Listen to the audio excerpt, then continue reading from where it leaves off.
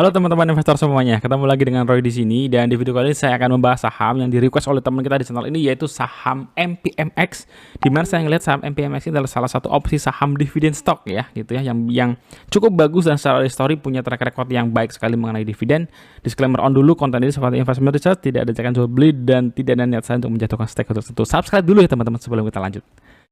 Analisa yang kita gunakan, analisa saham by request gitu ya, selalu saya gunakan framework yang sama sebetulnya mengenai analisa ini dari mulai sekilas, kinerja, valuasi, story, dan catatan akhir. Dan mari kita mulai teman-teman. Buat teman-teman yang belum tahu, MPMX atau Mitra Pinastika Mustika adalah sebuah perusahaan yang bergerak di jaringan distribusi dan penjualan sepeda motor Honda gitu ya.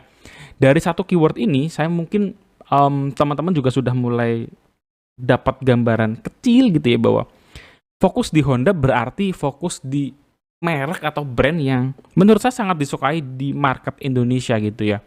Sentimen positif atau stigma positif mengenai Honda gitu ya, harga jual kembali gitu ya, awet, irit, itu melekat banget dengan brand satu ini, khususnya ngomongin sepeda motornya gitu ya. Jadi MPMX sebagai distributor dan retailer itu sudah berlangsung cukup lama gitu ya. Mereka sudah mulai start dari 1970-80 untuk operasi bisnis ini. Jadi ketika kita sudah tahu bahwa mereka itu fokusnya di distribusi dan penjualan motor, artinya sebenarnya MPMX itu juga punya capability untuk menyediakan jasa-jasa yang berkaitan dengan sepeda motor ini. Contohnya apa? Contohnya mereka mengelola pembiayaannya, mau beli motor, mau kredit bisa. Mereka juga membantu untuk asuransinya. Mereka juga tentu saja bermain untuk servicesnya atau support terhadap service rutin, maintenance berkala terhadap sepeda-sepeda motor. Mereka juga extend lagi untuk penyewaan mobil dan penjualan mobil bekas. Ini inisiatif baru dari perusahaan dan operasi dari MPMX ini sudah cukup luas di Indonesia. Kalau teman-teman lihat, yang paling bisa kita lihat sebagai fokus operasional gitu ya, yang menghasilkan revenue itu kita bisa lihat di warna biru dan warna biru muda ini teman-teman. Pertama, kalau kita ngomongin MPM distribusinya, kita bisa lihat bahwa fokusnya adalah di Jawa Timur dan daerah ini ya, NTT gitu ya. Ini adalah dua area yang dimana MPM begitu besar menjadi distributor di area tersebut. Nah, kenapa nggak di area lain? Nanti kita akan bahas lagi.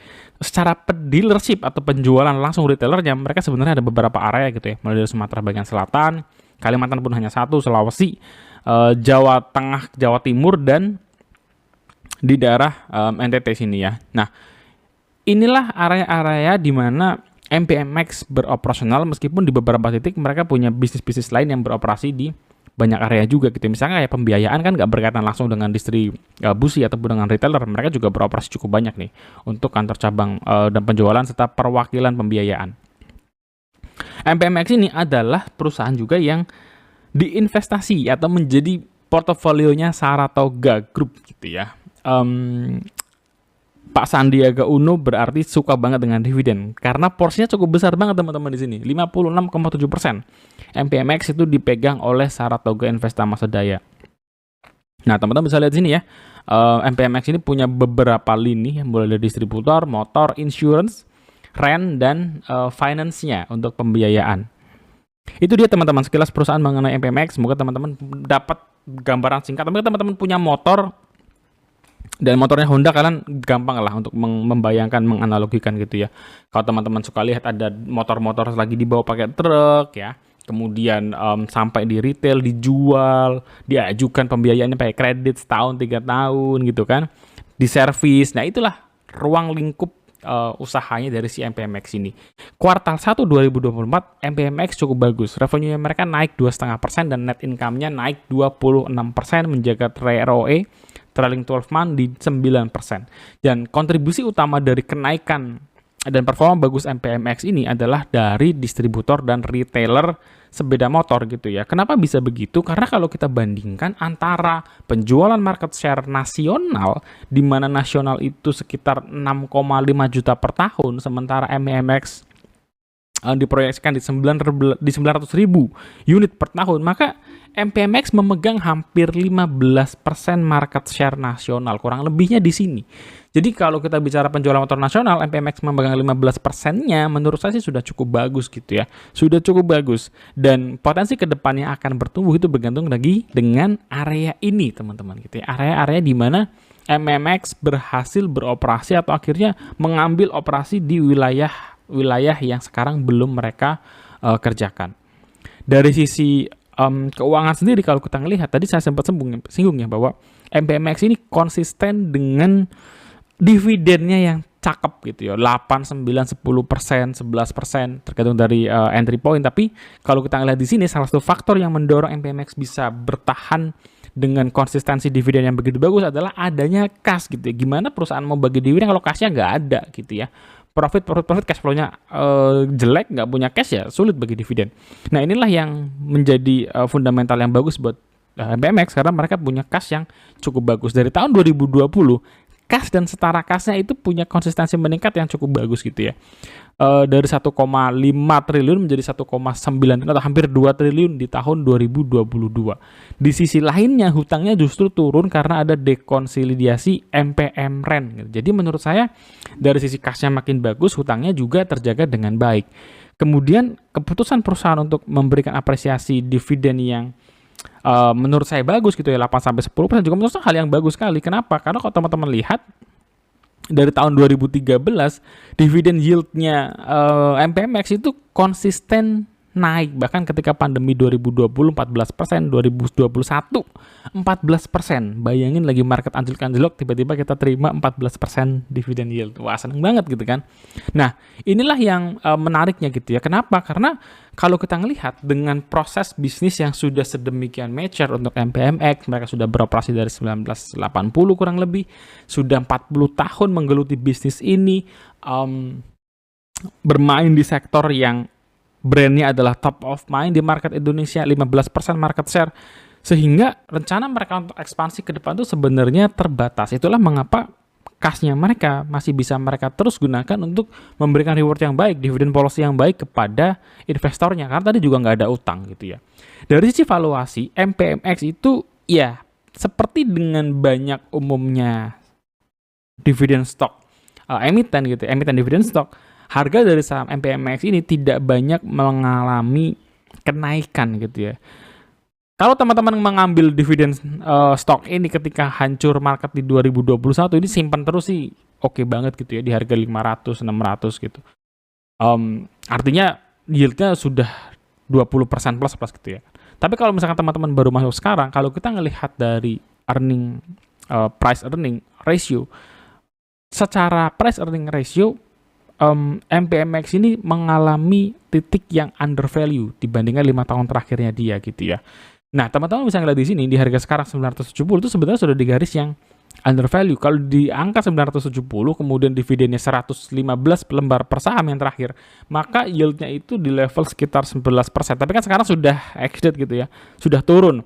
Tentu saja kalau dalam posisi yang sekarang ini teman-teman harus menunggu setahun ke depan nih untuk bisa mendapatkan dividen MPMX. Tetapi kalau untuk saat ini saya ngelihat dengan market yang masih agak-agak volatile, kita bisa berharap sahamnya satu ini terkoreksi lagi dan kita mengambil entry point yang lebih baik. Lanjutnya kita adalah lihat dari point of view of story, karena bagaimanapun history ya tetap history memberikan referensi yang bagus, tapi apakah history ini bisa terulang? Tentu kita perlu mempertimbangkan dua hal ini, story dan growth-nya. Khususnya kalau kita ngomongin story berkaitan dengan potensi kenaikan dari capital gain gitu ya, karena saya suka dividen tapi saya tetap berharap dari capital gain-nya. Kalau kita ngelihat dari posisi penjualan motor gitu ya, ternyata MPMX itu masih bisa menaikkan penjualan mereka dari sisi distribusi, dan kalau kita lihat dari sisi penjualan retailernya langsung juga meningkat gitu ya di kuartal 1 2024 ini. Dan sebenarnya penjualan motor dari sepeda motor Honda ini menurut saya sangat stabil gitu ya untuk bisa terus mengalami kenaikan-kenaikan yang mungkin persentasenya nggak banyak gitu ya, naik 4%, atau naik berapa persen dari penjualan di kuartal yang sama di tahun sebelumnya. Jadi menjual sepeda motor itu kalau kita ngelihat di wilayah operasionalnya MPMX Jawa Tengah, Jawa Timur itu kenceng sekali gitu ya, kenceng. Biasanya orang kalau habis panen sawah gitu ya, ngambil anak masuk mulai SMA ngambil motor, dan itu perputaran juga cukup kencang. Yang lain saya ngelihat salah satu faktor pendorong dari story MPMX yang bagus adalah sektor asuransi teman-teman. Asuransi ini kelihatannya 2015 ke bawah belum oke. Bahkan 2020 ke bawah saya rasa juga belum gitu ya. Tapi di 2024 ini gross margin dari sektor asuransi itu naik signifikan, dan menurut saya ini didorong dari awareness masyarakat, awareness kita juga yang mulai butuh dengan asuransi khususnya kendaraan motor gitu ya, dan gampang ngejelasinnya. Dia tinggal tawarkan kepada pembeli, Pak nanti motornya diasuransiin ya, kalau Bapak nanti kesenggol, cerempet dan lain-lain, klaim aja gratis, ya kan. Jadi menurut saya konteks dari penggunaan asuransi untuk sepeda motor ini makin mudah dijelaskan gitu ya. Mungkin nggak serumit dulu, dan banyak orang mungkin berpikir sekarang apalagi naruh di parkiran umum itu gampang lecet. Wah, ini dia bisa klaim. Jadi menurut saya ini sih bagus gitu ya untuk inisiatif dari MPMX bermain di sektor asuransi. Kemudian kalau kita ngelihat dari sisi sewa kendaraan gitu ya, sewa mobil atau penjualan mobil bekas, mereka juga ada bermain di sektor ini, sebenarnya belum terlalu maksimal, dan karena memang sektor penyewaan itu sudah cukup kompleks sih ya. Penyewaan itu kompetisinya cukup banyak gitu, kayak misalkan ada auto juga ada, kemudian ada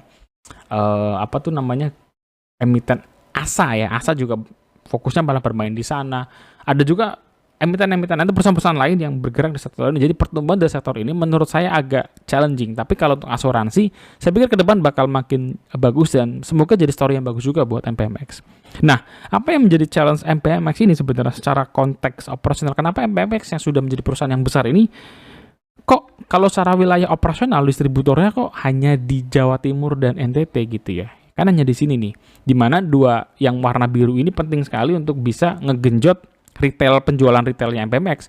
Nah, kalau saya ambil dari websitenya Astra International AHAS gitu ya, memang yang bermain di bidang distributor dan retailer itu banyak sekali gitu, dan menurut saya ini adalah kebijakan dari Astra International Indonesia untuk menjaga level kompetisi gitu ya, supaya jangan terlalu padat, jangan terlalu sikut-sikutan, dan akhirnya profitnya malah nggak maksimal bagi partnernya. Jadi inilah menurut saya yang jadi satu challenge bagi MPMX ke depan, menambah coverage area distribusi baru. Masalahnya biasanya ini nggak mudah dan baru terbuka kalau ada distribusi yang nggak perform, ada distributor yang nggak perform gitu ya. Misalnya di area Sumatera Utara distributornya nggak perform nih, akhirnya kerjasamanya berakhir, MPMX masuk ke sana. Harapannya sih bisa begitu, karena kita ngelihat dengan Jawa Timur dan NTT saja itu MPMX sudah segini bagus kinerjanya, apalagi kalau ditambah dengan area yang lain. Di sisi yang lain, kalau kita berbicara risiko teman-teman, jualannya motor Honda, motor yang stigmanya sangat positif di market. Jadi risiko terhadap potensi brand yang diabaikan atau brandnya berganti seleranya oleh market menurut saya kecil gitu ya, kecil. Favoritnya tetap Honda. Kemudian company juga mengambil langkah yang bagus dengan merambah ke bisnis asuransi. Ketiga, kalau kita ngomongin ancaman dari yang sekarang ini dirasakan oleh sektor mobilnya Astra International, yaitu adanya brand-brand mobil yang buka atau yang punya produk mobil listrik. Rasanya kalau motor kok belum ya. BYD, Wuling fokusnya kan di mobil listrik. Sementara kalau kita ngomongin sepeda motor listrik itu kayaknya mereknya masih merek-merek yang lokal gitu, merek-merek yang lokal. Kompetisinya menurut saya di sini nama besar Honda masih melekat gitu ya, masih melekat di hati masyarakat, sehingga kalau ditandingin dengan merek-merek lokal kayaknya masih belum goyah deh marketnya gitu ya. Kalau misalkan teman-teman kemarin beli di harga 1050, 1100 dan nyangkut ya sudah dapat dividen ya 10-an persen, 9-10%, gulung aja. Jadi beliin lagi hasil dividennya untuk nambah posisi lot di saham MPMX.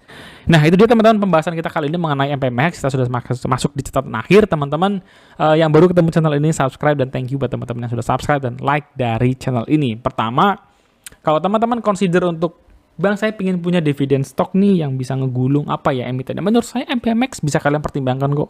Historical saham ini bagus banget. Tadi kita udah lihat ya teman-teman, ada slide yield dari MPMX. Teman-teman bisa lihat ya dari grafiknya itu naik terus ya, naik. Bahkan ketika pandemi pun mereka konsisten masih bisa membagikan dividennya.